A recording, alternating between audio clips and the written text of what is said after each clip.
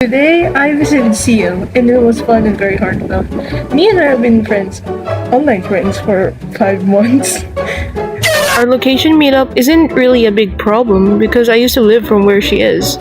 We explored lots and had fun times too. And I'm heading to Nuvali, Santa Rosa, Laguna, just to meet my friend, my online friend. So, bukas na yung meetup namin ni CL and I'm so excited kasi ngayon nag-aayos na ako. Yee! See you tomorrow, CL. Oh my god, it's raining. Walang kasabay but okay, that's fine. I don't know what to do. Oh my god. So, saan ako pupunta ngayon? Oh my god.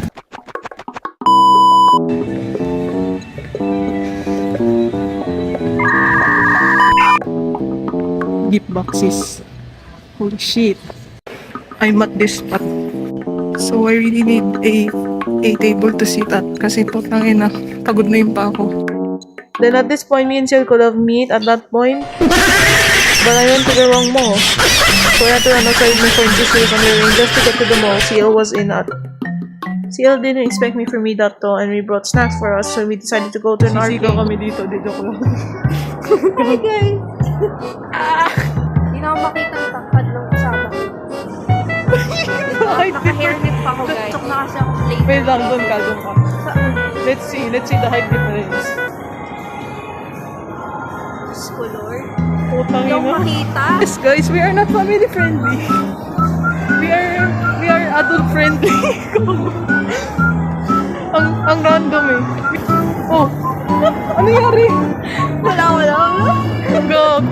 What happened? Tell them. Well, no, that's nothing. Meet up namin guys. Yes, first meet up namin. And oh my god, ako pa talaga kanina yung sabog. Nandun na pala siya. Nandun na pala ikaw. Tapos ako na-picture pa dun sa harap. Nandun na, nakaupo ka na. Kid City daw tayo. Kidnet City. Saan tayo? Saan tayo?